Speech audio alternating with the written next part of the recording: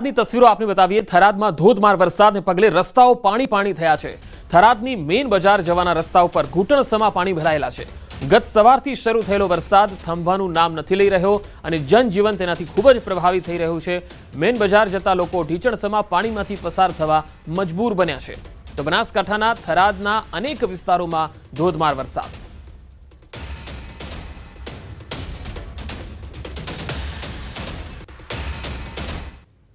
થરાદના હાલ અત્યારે બેહાલ જોવા મળી રહ્યા છે। આપ જોઈ શકો છો કે જે પાઇપો બનાવવામાં આવી છે સ્થળાંતર માટે પાઇપ ઉપર હું બેઠો છું અને અહીંયા જે ઘૂંટણ જે છે જે એનાથી પણ વધુ જે પાણી ભરાયા છે લોકો છે આપણી જોડે। ક્યાંથી આ સ્થળાંતર કરીને લઈને આવો છો? અમે રાજગઢથી અને તાલુકા પંચાયત સુધી આવી ગયા છીએ। સ્થળાંતર કરાવીએ છીએ લોકોનું। મહાલક્ષ્મી ગણેશ સોસાયટી દરેક લોકોનું સ્થળાંતર કરાવીએ છીએ। હાલ શું છે અત્યારે થરાદના?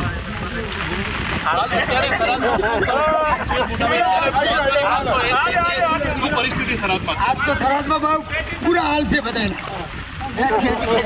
ખેંચી માણસોને જીવ બચાવીને ખેતી માટે કાઢો છે અને વાહન ને બીજું ને બધું ને એને ઘરમાં પડ્યું જ છે બધાને।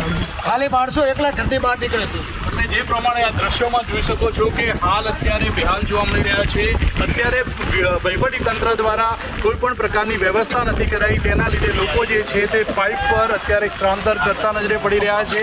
કેટલાક યુવાનો છે જે લોકોને બહાર નીકાળી રહ્યા છે। બીજા આપણે દ્રશ્યો બતાવીશ કે જ્યાં નજર કરો ત્યાં પાણી જોવા મળી રહ્યું છે।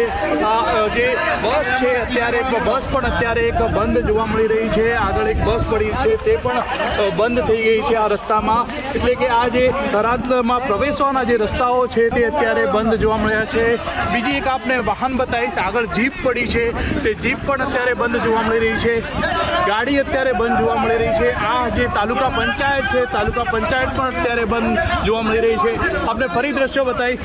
જો આ રીતે સ્થળાંતર થઈ રહ્યું છે। અહીંયા થરાદમાં અત્યારે એસડીઆરએફની ટીમની જરૂર છે, એનડીઆરએફની ટીમની જરૂર છે, હોડીઓની જરૂર છે, પરંતુ વહીવટી તંત્ર હજી સુધી અહીંયા આવ્યું નથી અને સરકારી કચેરીઓ છે તે પાણીમાં ગળા ડૂબ જોવા મળી રહી છે।